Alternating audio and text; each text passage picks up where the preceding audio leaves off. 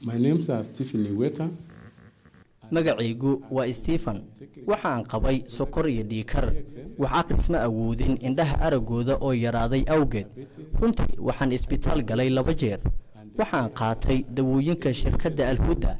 hal bil iyo bar waana ka bogsaday cudurradii hadda waxaan kula talinayaa dadka ka sheeganaya cudurrada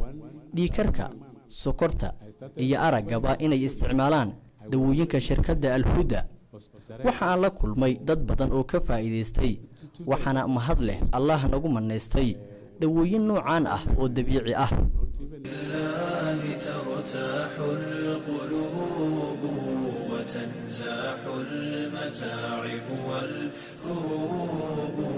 وتنزل رحمة الغفار غيثا